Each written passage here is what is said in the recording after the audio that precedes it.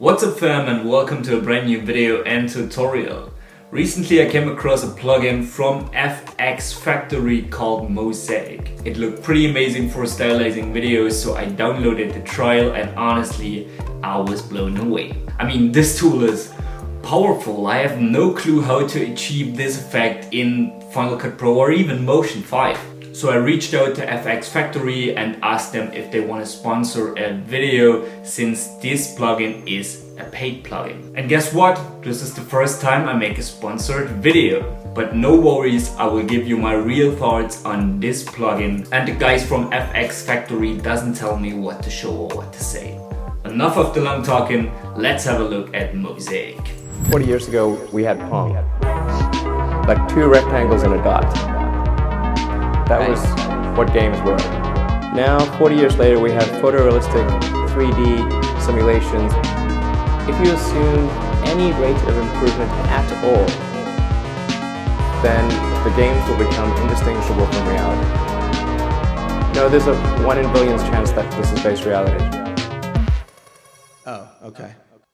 So Mosaic is basically a tool to stylize your videos. It lets you texture your footage based on your footage. No matter if you want to use an ASCII or any kind of texture, you can even create your own textures and use them to stylize your videos. So once you've downloaded this tool, you will find the base effect and many different presets as a starting point in your effects browser. Now, since this is such a powerful tool, it also needs a lot of power. I highly recommend to use proxy and optimized media, otherwise it will render forever and ever and your editing will be horrible. Simply go to the Final Cut Preferences, Import Settings, and check on proxy and optimized media. You can check if there's a proxy and an optimized media by clicking on your clip, go to the info of the inspector window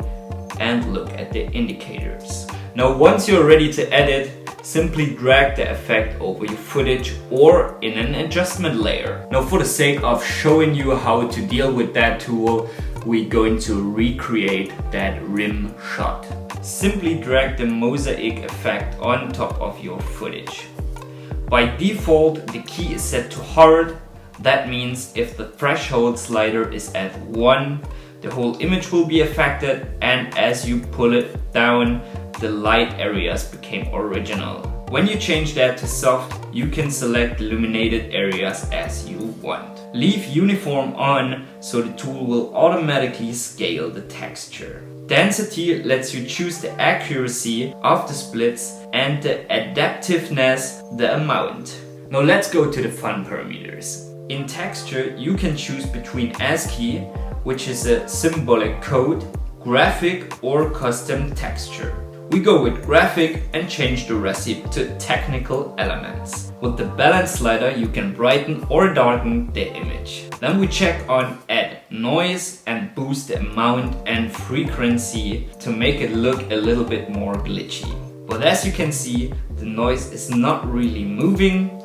So we go to the start, hit the keyframe button on 0 and go to the end of the clip and slide the slider all the way up to 10. Now the whole image is mapped by Mosaic, but we want the rim to be original. So copy the clip, place it on top, disable Mosaic on the upper one and place a shape mask around the rim.